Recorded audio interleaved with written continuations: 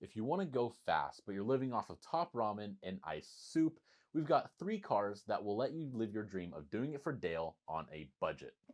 Now, as car prices keep going up and up, it becomes harder and harder to find something fun, fast, reliable, maybe a little reliable, and cheap. You're not going to be breaking any land speed records with any of these, but you'll certainly be one of those fast guys at your local meet for a fraction of the price of everyone else. Now, the easiest ones are the early LS powered cars, specifically the C5 Corvette.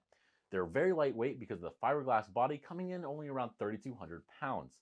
It came with a 345 horsepower LS engine backed up by a T56 manual or a 4L60E.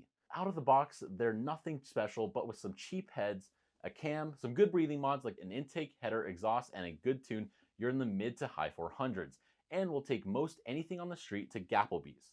These things are anywhere from the 5 to 10 grand, depending on how bad of an example you're willing to put up with. But most cars come in at a hair under 10. For performance that rivals supercars of its era that also cost 5 to 10 times as much, you can't beat the Vet. Honorable mention is the F-body Camaros and Firebirds of that generation. Those are for our drag racing fans out there. Now, oddly enough, these are in the same price range as that Vet, but a much shittier car. Bonus points though for the pop-up headlights and how badass that WS6 hood looks. Now, for the same money, just buy the fucking Vet. For you JDM fanboys out there, we got the Eagle Talon, Eclipse GSX, and the Plymouth Laser. These came with the incredible 4G63 engine out of the Evo for way, way less than that, of course. What you want here is the GSX with the all-wheel drive and a manual transmission, although they'd kind of gotten a little bit pricey, and you can get away with the front-wheel drive GST model. If you're balling on a true budget, just get the all-wheel drive, that's what shines here.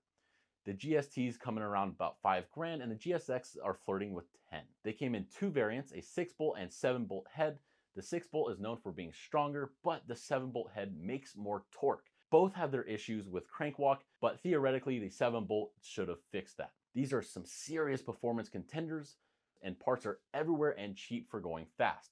Your turbo injectors odds and ends to run E85 and a tune away from making some serious power.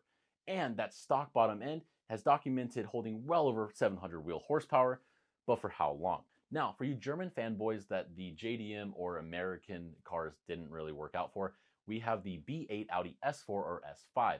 That came with the supercharged V6 engine backed by an automatic transmission. Out of the box, they're nothing special at around 333 horsepower and 325 pound-feet of torque. What's so nuts about these things though is you're a pulley and an email away from 500 horsepower. Integrated Engineering and similar companies offer ECU and TCU tuning for around 1500 bucks and in upper pulleys around another 200-ish. You're probably going to want to add an additional cooling mods as the twin screw supercharger cars are pretty prone to heat issues. But in theory, for around $1,700, you're making pretty darn close to 500 horsepower, and you can't beat that.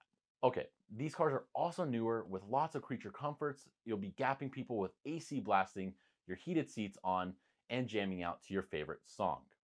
So you're right around the 10K mark for the car itself and really should budget more for maintenance after that, since it is a European car, but the 3.0T is known to be pretty stout. The T, of course, stands for supercharger because German. Now, honorable mention, any N54 car. We had to add these as we would probably get destroyed in the comments if we didn't. So any E9X 335i, everyone knows about these and how fast they can be. Intakes, downpipes, and a software will put you in the mid 400s as far as horsepower goes. Now, why didn't we list this as one of our top 3? Simply put, you need to spend a lot of money on basic maintenance before modifying these. We built one to give away, and before even getting the power mods, we spent thousands of dollars getting ahead of the basic issues these cars have. While you can find these cars for cheap 5 to 8 grand, you need to budget another 3 to 5 just for the maintenance. But 3-piece, I do all my maintenance myself. That's fine. A lot of the maintenance on these cars is easier with the engine out, but if it is your daily driver, then you're pulling the motor, installing a ton of expensive car parts like a turbo, water pump, or charge pipe. Those are mods and maintenance that at the same time you're putting those on, and if you want to drive it, you have to put the motor back in. Now, if you want to make more power, you've got to be able to put that power down, which you're going to do with the proper wheels and tires. We're assuming that any of these builds, you're going to want to go fast in a straight line, And what better way to do that with a proper drag setup?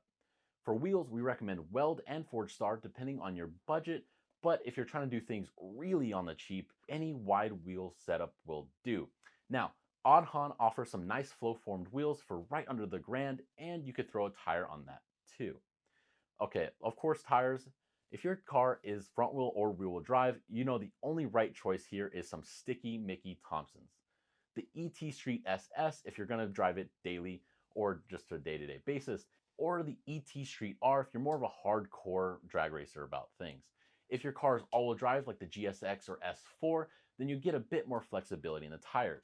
We recommend a nice street performance tire like the Continental Extreme Contact DWSs or the Falcon FK460s. Okay, suspension is a must, and in most cases, having height adjustability and stiffer spring rates will help your car control with putting some of the power down. Now, we're talking budget builds here, so we really like D2 as a cost-effective suspension option. Land yourself a set of coilovers for a hair under a grand and keep things moving forward. In a world where having fun with cars is getting pricier by the day, we hope we were able to prove to you that you can still build a car that's an absolute beast to drive on a reasonable budget.